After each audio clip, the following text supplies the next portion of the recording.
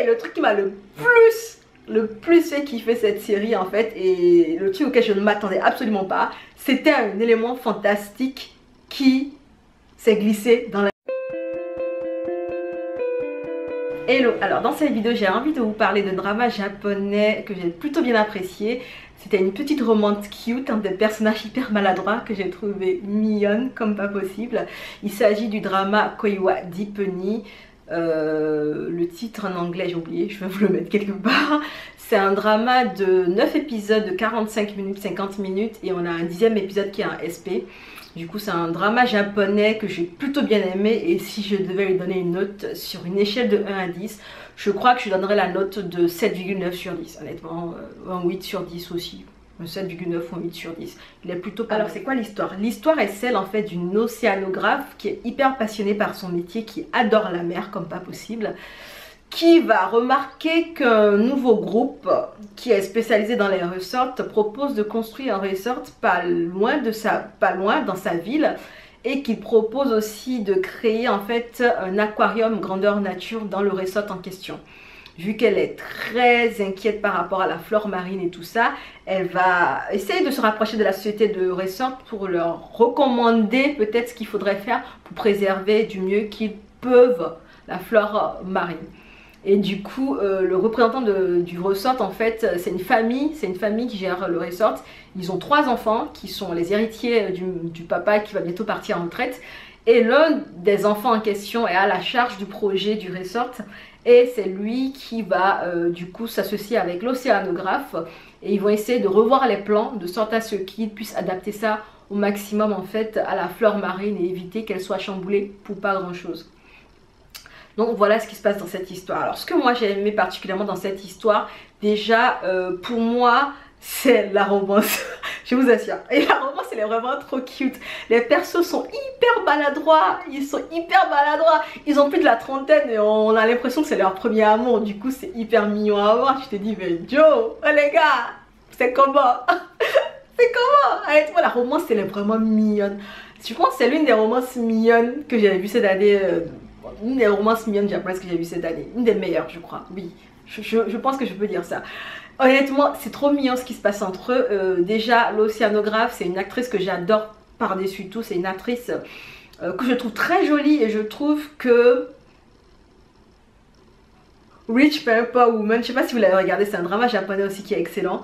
Et honnêtement, depuis le jour où je l'avais vu dans Rich Paper Woman, moi j'étais partie en amour en fait sur son jeu d'acteur, sur son visage, sur les expressions qu'il renvoie. Et en plus, elle a de belles lèvres en fait, la fille. Du coup, à chaque fois, ça me... Et c'est rare en fait d'avoir des japonaises qui ont d'aussi belles lèvres. Je suis désolée, je suis en train de m'extasier devant son physique. Mais bon, quand les gens sont jolis, dites-leur qu'ils sont jolis, au moins ça fait un beau compliment au passage. Donc voilà. Honnêtement elle est très belle, et j'aime bien comment est-ce qu'elle essaie de délivrer en fait, elle essaie de transmettre les émotions souvent perplexes que son personnage est censé rendre, parce que du coup elle n'est pas habituée à la situation d'amour. Du coup elle découvre le sentiment amoureux, du coup elle ne sait pas dans quoi elle est en train de se fourrer, et honnêtement elle est perdue comme pas possible. T'as le personnage masculin, lui qui est tout aussi perdu, mais lui il est perdu d'une autre manière. Et il est perdu mais déterminé quand même, parce que dès qu'il a conscience de ses sentiments en fait, ce sera lui qui va faire le premier pas. Et j'ai bien aimé ça parce que de base je crois que dans l'intrigue de base c'était quelqu'un d'assez taciturne en fait, qui n'allait pas vers les gens. Et j'ai bien aimé le fait que ce sentiment là ait fait bouger quelque chose en lui, ait fait remuer les choses en lui, et lui a donné envie en fait d'aller plus vers les gens.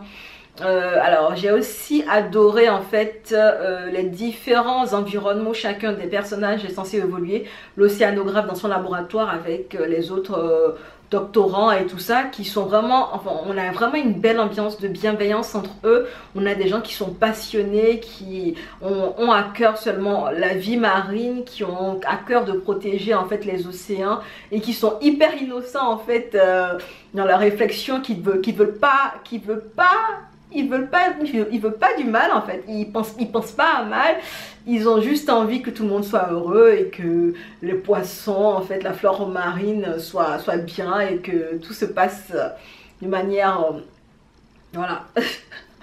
De manière très cute pour la fleur marine. Donc j'ai aussi apprécié la famille du personnage masculin principal, puisque c'est une famille qui est plutôt riche en fait. Donc tu as 3 garçons qui sont les héritiers, qui vont se partager bien entendu la société plus tard, quand il s'agira des quand le paternel partira en retraite. Et j'ai bien aimé en fait qu'au départ on parte sur des frères qui sont plutôt froids l'un envers l'autre, c'est à dire qu'il y a des conflits qu'ils traînent depuis des années, depuis leur enfance, qui parasitent leur relation. J'ai bien aimé comment le long des épisodes en fait on va essayer de débunker un peu le truc, on va essayer de rendre les personnages un peu moins bornés, et ils vont avoir l'envie en fait d'aller l'un vers l'autre pour régler en fait ce qu'il y a, parce que à la fin de la journée ça reste des frères et c'est hyper intéressant et hyper important qu'ils puissent s'entendre. Bien entendu il y aura des coups fourrés hein, parce que qui dit resort dit investisseur, dit part de société à droite et à gauche, donc il y aura beaucoup de coups fourrés aussi. Le temps de la construction du resort qui va vraiment prendre beaucoup de temps, parce qu'il y aura plein de trucs what the fuck qui vont se passer. Et le truc qui m'a le plus fait kiffer cette série en fait, et le truc auquel je ne m'attendais absolument pas, c'était un élément fantastique qui s'est glissé dans l'intrigue en fait. Honnêtement, quand à la fin de l'épisode 2 ou 3 j'ai vu ça, je me suis dit what the fuck. Honnêtement je ne l'ai pas vu venir du tout. Je vous jure que je ne l'ai pas vu venir. Je pense que même dans le synopsis on ne parle pas de ça en fait. On te parle de l'océanographe qui va essayer de demander qu'ils décalent, enfin qu'ils oublient leur aquarium grandeur nature, et après qui va essayer de négocier pour qu'ils fassent des arrangements pour ne pas trop déranger la flore marine et tout ça. Mais l'élément fantastique qui vient prendre place à la fin de l'épisode 2 ou 3, je me rappelle plus trop, honnêtement il redynamise tout en fait, et il te fait voir tous les événements passés et ceux à venir en fait sous un angle hyper intéressant en fait. On ne s'attend pas à ce développement là, et là on voit les choses, comment elles avancent, on se dit ah oui, c'est plutôt intéressant ce qui s'y passe, honnêtement. Plutôt intéressant. Et puis honnêtement l'épisode spécial pour moi c'est un épisode qui honnêtement m'a mis le baume au cœur, parce que l'épisode 9 c'était arrêté quelque part qui ne m'arrangeait pas hein. En fait je suis une grosse romantique, donc voilà, vous en conclurez ce que vous voulez. Et honnêtement l'épisode spécial, ah là là, c'était une belle conclusion en fait de cette histoire de cette histoire très fantasque en fait à laquelle je ne m'attendais absolument pas, parce que le côté fantasque en fait est venu comme une gifle et il n'y a rien vu venir. J'étais là en mode ah ok bref. Alors qu'est-ce que j'ai pas aimé? Honnêtement j'ai pas d'éléments qui me viennent en tête comme ça que j'aurais pas aimé.